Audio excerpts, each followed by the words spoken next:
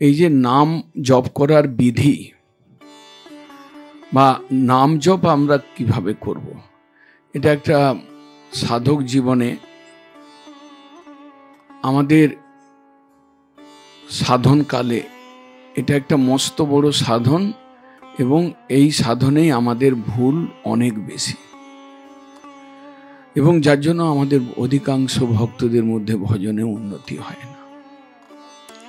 এটা একটা ভাইটাল প্রশ্ন, নাম জপ কিভাবে। আমি গুরুদেবের কাছে নাম পেলাম, সুকৃতি সম্পন্ন জীব আমি ব্রহ্মাণ্ড ভ্রমণ করতে করতে কত দেব দেবীর উপাসনার মধ্যে পড়ে সকাম ভাবযুক্ত হয়ে সংসার ভোগে লিপ্ত হয়ে একটা মহাভাগ্য ফলে আমি কৃষ্ণ ভজন করতে এলাম। কৃষ্ণ ভজন সর্বশ্রেষ্ঠ ভজন শাস্ত্রের বিচারে। কৃষ্ণ ভজনে সর্বশ্রেষ্ঠ লাভ পরাশান্তি লাভ, সেটাও শাস্ত্রের বিধানে আমরা দেখছি। কিন্তু আমরা যখন ভজনটা শুরু করছি, গুরুদেব যখন আমাকে একটা প্রথম জিনিস দিচ্ছেন, গুরুদেবের কাছে পাওয়া আমাদের সাধক জীবনের প্রথম উপহার বলুন, বা প্রথম সাধনের একটা সাধন করবার একটা পন্থা দিলেন গুরুদেব, হরিনাম জপ করো। এই হরিনাম জপ কিভাবে করা উচিত,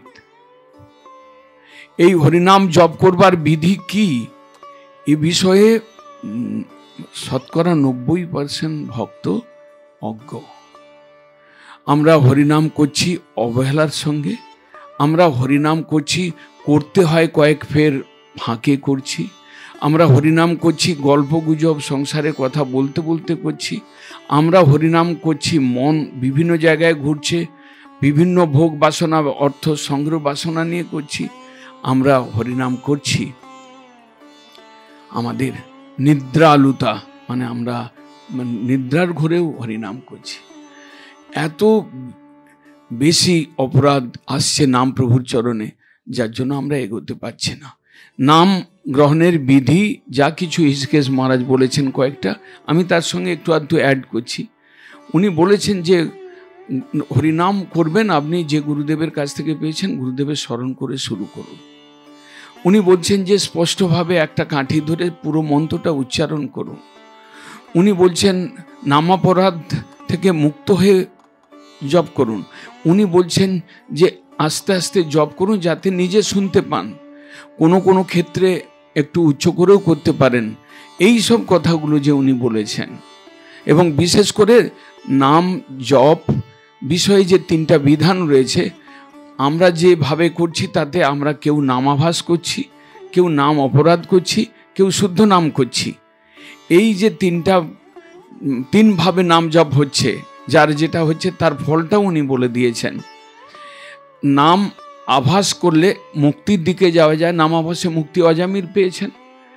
নাম অপরাধ করলে সংসার বাসনা জাগবে, এবং বেশিরভাগ ক্ষেত্রে নাম অপরাধী তারা স্ত্রী পুত্র পরিবারের মধ্যে আরও বেশি আসক্ত হয়ে মজে যাচ্ছেন, নাম অপরাধীর সংখ্যা বেশি। এবং শুদ্ধ নাম করলে যে কৃষ্ণ প্রেম পাওয়া যায় সেটা উনি উল্লেখ করেছেন। সহজভাবে বুঝতে হবে যে আমাদের গুরুদেব যখন আমাদেরকে নাম দিচ্ছেন, তখন আমাদের কাছে সঙ্গে একটা বই দিয়ে দিয়েছেন। সেই বইটা হচ্ছে জয় বন্দনা বা গুরুবর্গের বন্দনা বই, একটা ছোট্ট বই। সেই বইয়ের মধ্যে মুখ্যত 4টা জিনিস রয়েছে। একটা হচ্ছে তিলক মন্ত্র, একটা হচ্ছে জয়ধ্বনি, আরেকটা হচ্ছে বন্দনা সমস্ত গুরুবর্গের গুণ মহিমা, এবং লাস্টে বলা আছে যে নামাপরাধ বিচার, 10বিধ নামাপরাধ। 4টা জিনিস আছে। 4টা জিনিসের দিকে কোনোভাবে ধ্যান না দিয়ে আমরা হরিনাম নিয়ে তাড়াতাড়ি চলে গেলাম। এর পরবর্তী আমাদের চিন্তা 1 মাস পরে কি 6 মাস পরে কি 1 বছর পরে দীক্ষা দেবেন, আমি রান্নাঘরে ঢুকতে পারবো বা আমি প্রসাদ নিয়ে খেতে পারবো। এইরকম একটা গণগড্ডালিকার মধ্যে একটা কিছু সব ভুলে পরিণত। এই জন্য এই প্রশ্নের উত্তর আপনারা সকলে শুনবেন, নোট করবেন যে 4টা জিনিস আমাদেরকে দিচ্ছেন কেন। আমি হরিনাম জপ করব, আমি স্নান করার পর দ্বাদশ সঙ্গে তিলক করব না। দ্বাদশ মাসের দেবতা নারায়ণ, মানে কেশব, নারায়ণ, ঋষিকেশ, গোবিন্দ, মাধব, 4 মানে মানে 12 মাসের দেবতাকে আমার শরীরে গোপীচন্দন দিয়ে লাগাচ্ছি, সেই মন্ত্রপুত করে সেই জায়গায় লাগালে ওই শরীরটা মন্ত্রের প্রভাবে আমার শরীরটা সেই ভগবানের অধিষ্ঠান হয়, এবং সেই অধিষ্ঠান হলে আমার শরীরটা শুদ্ধতা লাভ করে, মন্দিরে পরিণত হয়, তখন আমার নাম উচ্চারণটা ঠিক মতো হবে। তিলক মন্ত্র করি কেন? আমার শরীরে ভগবানের অধিষ্ঠান করিয়ে আমি শুদ্ধ হয়ে করতে চাই, 1 নম্বর। 2 নম্বর, আমি জয়ের ধ্বনি, এই বিরাট জয়ের ধ্বনি এ মুখস্থ করা যায় না, অনেক চেষ্টা করেছি, কিছু সব ভাওতাবাজি। জয়ের ধ্বনি আপনি যদি না দেন, জিহ্বাতে আপনি কৃষ্ণ নাম করবেন, সেই জিহ্বা দিয়ে করবেন যে জিহ্বা দিয়ে দুনিয়ার মিথ্যা কথা, দুনিয়ার গ্রাম্য কথা, দুনিয়ার নোংরা অমেধ্য জিনিস খাওয়া খাই করেছেন, সেই জিহ্বাটাকে আপনি পবিত্র যদি না করেন, কৃষ্ণ নাম এবং নামই অভিন্ন, আপনি কৃষ্ণ এবং কৃষ্ণ নাম এক, গুরুদেব সেটা দিয়েছেন। প্রভুপাদ বলেছেন যে হরিনাম গ্রহণ এবং ভগবত সাক্ষাৎকার একই বস্তু। তাহলে সেক্ষেত্রে ওই বোধ আমাদের নেই, যার জন্য আমরা যদি গুরুবর্গের জয়ধ্বনি, ধামের জয়ধ্বনি, আমাদের খোল করতাল বা বৈষ্ণব ভাগবতের গঙ্গার জয়ধ্বনি আমরা দেই, তাহলে জিহ্বাটা পবিত্র হয়। জিহ্বার মধ্যে যা নোংরা হয়েছে, জিহ্বাটা যেভাবে দূষিত হয়েছে, কলিযুগের জীব আমরা, সেই দূষিতটাকে সকাল সন্ধ্যা দুবেলা তো কমপক্ষে, কিন্তু যদি কেউ 15 বার জয় দেয়, মনোযোগের সঙ্গে জয় দেয়, তার জিহ্বাটা অনেক বেশি শুদ্ধ হয়ে যাবে। অতএব যারা হরিনাম নিয়েছেন, জয়ধ্বনি জানেন না, আজকে থেকে হরিনাম একমালা করে বন্ধ করে আর জয়ধ্বনি আগে মুখস্থ করুন, নাহলে শুদ্ধ হরিনাম হবে না। এটা দ্বিতীয়। তৃতীয় হচ্ছে বন্দনা। এই যে এত বড় বড় আপনাদের বন্দেহং থেকে সংস্কৃত, আমি পড়াশোনা করি না, আমি জানি না কিচ্ছু, পড়াশোনার কোনো ভক্তি করতে গেলে কোনো পড়াশোনার কোনো দরকার হয় না, এটা কোনো শাস্ত্রে লেখা নেই। ভক্তি করতে গেলে 5 ক্লাস পড়তে হবে, 2 ক্লাস পড়তে হবে, হায়ার সেকেন্ডারি পাস করতে হবে, MA ডিগ্রি করতে হবে, কোনো কথা ভক্তি রাজ্যের নেই।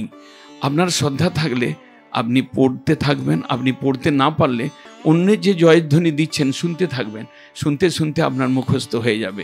এবং সেক্ষেত্রে আপনার বন্দনা, যেটা আমি গুরুবর্গের সকলের বন্দনা প্রথমটায়, একদম গুরুদেব থেকে নিয়ে বৈষ্ণব পর্যন্ত সমস্ত কৃষ্ণ আর মহাপ্রভু সপার্ষদ প্রথম বন্দনা হচ্ছে বন্দেহং। সেটার দরকার হলে বৈষ্ণবদের কাছে শুনে নিন, একটা বন্দনা করলে সকলের বন্দনা হয়ে যায়। যদি আমি 5টা না করতে পারি, একটাই করি ভালো মতো, সেই বন্দনা। তাছাড়া নিজ গুরুদেবের যে বন্দনাগুলো আছে, আপনি গুরুবর্গের বন্দনা মানে গুরুবর্গের গুণগুলো তাতে সংক্ষেপে বলা রয়েছে। আপনি যদি গুরুবর্গের গুণকে ডেলি বন্দনা করেন, স্মরণ করেন, তাহলে ওই গুরুবর্গের আশীর্বাদ আপনার কাছে আসছে। তখন মায়ার মধ্যে থেকে চঞ্চলতা নিয়ে হরিনাম করতে করতে, অলসতা নিয়ে হরিনাম করতে করতে, সংসার বাসনা নিয়ে মেতে থাকতে থাকতে হরিনাম করবেন কি করে? গুরুবর্গের কৃপা যদি হয়, তাদের বন্দনা যদি করি, তাদের অন্তত স্মরণ যদি করি একবার, তাহলে তাদের কৃপা পাবো। সেই কৃপাতে আমি হরিনাম শুদ্ধভাবে জপ করবার সামর্থ্য পাবো। এবং লাস্টে যেটা বলেছে 10বিধ নাম অপরাধ, এটা বারবার 2-4 বার পড়লেই, অপরাধযুক্ত হয়ে নাম করলে সংসার গতি, যে সংসার থেকে উদ্ধার পাওয়ার জন্য হরিনাম জপ করতে একদিন প্রবৃত্ত হয়েছিলাম, আর সেই সংসারে ফিরে যাওয়ার জন্য অপরাধযুক্ত নাম করছি, এটা কি বুদ্ধিমানের কাজ হবে? অতএব অপরাধ মুক্ত হয়ে হরিনাম করতে হবে। এবং এর সঙ্গে 2-একটা কথা আমাদের গুরুবর্গ সহজভাবে যেটা বলেছেন, হরিনামটা জপ করো, মনটা লাগিয়ে করো, একান্তে করো। যখন তুমি সংসারের চিন্তা থেকে একটু উপরে লাভ করে করো, একটু আদর করে করো, হরিনামকে স্বয়ং কৃষ্ণ এই জেনে করো, তার সম্বন্ধ জ্ঞানের যুক্ত সম্বন্ধ জ্ঞান। কৃষ্ণের সঙ্গে আমি কার নাম জপ করব? আমার সঙ্গে আমার স্বামীর যদি সম্বন্ধ ভালো থাকে, আমি সদা স্বামীর নাম করব। আমার সঙ্গে আমার ছেলেটা যদি আমি ভালোবাসি থাকে, আমি সদা সব জায়গায় খালি ছেলেটার নাম গাইব। আমি কৃষ্ণ নাম করব। কৃষ্ণের সঙ্গে সম্বন্ধ জ্ঞানের যদি অভাব থাকে, তাহলে সেখানে নাম হবে না। অতএব আর একটা কথা, যেটা মহাপ্রভুর আদেশ, ডাইরেক্ট আদেশ, ইহা গিয়া জপ সবে করিয়া নির্বন্ধ। এই নির্বন্ধ জিনিসটা আমাদের কারোর মধ্যে নেই। আমি নির্বন্ধ মানে জানি না, তাহলে আমি গুরু বৈষ্ণবের কাছে জিজ্ঞাসা করব। নির্বন্ধ মানে আমি যেদিন হরিনাম নিলাম 2-4 দিনের মধ্যেই আমি আমার কাজ অনুপাতে, সংসারের ব্যস্ততা অনুপাতে আমি একটা স্থির করব, আমি দিনে 16 মালা জপ করব। কেউ হয়তো আমার কাজ নেই, আমি দিলে 32 মালা করব। কেউ হয়তো আমার কাজ অধিক আছে, আমি 16 মালা পারবো না, আমি ডেলি 8 মালা করব। কেউ হয়তো স্টুডেন্ট বেশি করতে পারবে না, সে 4 মালা করবে। এইগুলো বিধান দেওয়া আছে। সেই বিধানে দেখা যাচ্ছে যে 4 মালার সংকল্প ঠিক নেই। আমি কোনোদিন 1 মালা করছি, কোনোদিন এমন এমন ভজনকারী রয়েছে 2-3 দিন মালায় হাতই দেন না, সংসারের কাজ বলে চাপ হয়। যিনি হরিনাম নেওয়ার পর সদ্গুরুর কাছ থেকে হরিনামকে উপবাস দেন, এক ফেরো জপ করেন না, তিনি মহানাম অপরাধী। আবার যিনি নির্বন্ধকে ঠিক মতো করছেন না, সাধক অবস্থায় সেও একজন অপরাধী। আমি 4 ফেলা করেছি, নির্বন্ধ করেছি, প্রত্যেক দিন করি, হঠাৎ একদিন বিরাট কাজ পড়ে গেল, 2 মালা হলো, তাহলে আমার সেক্ষেত্রে কি করা উচিত? নির্বন্ধ যদি করি তাহলে তার পরের দিন 4 + 2 6টা জপ করব। এইভাবে আমি যদি 8 মালা জপ করে থাকি, আমার কোনোদিন একাদশী পড়েছে, একটু টাইম পেয়েছি, আমি সেখানে 10 মালা 12 মালা করতে পারবো না এমন কোনো বিধান নেই। এবং আমি যদি 8 মালা করতে না পেরে 2 মালা করেছি, পরের দিন 8 মালা + 6 মালা জপ করতে হবে। সেই মেন্টালিটির নাম হচ্ছে নির্বন্ধ সহকারে নাম করিয়া নির্বন্ধ।